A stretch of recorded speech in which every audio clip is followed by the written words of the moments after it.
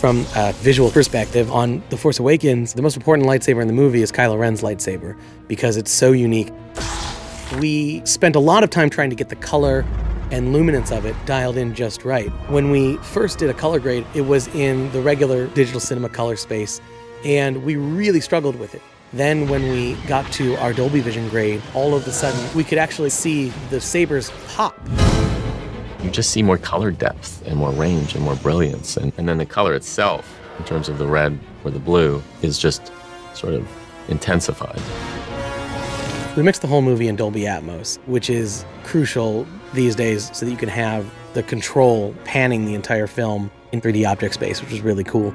Mixing and designing in the Dolby Atmos format allows us to place sounds like the lightsabers throughout the room in different areas and specifically pinpoint them during something like the forest battle at the end. You really feel immersed in that scene because wherever the action is on screen, you're sort of following it with your ears.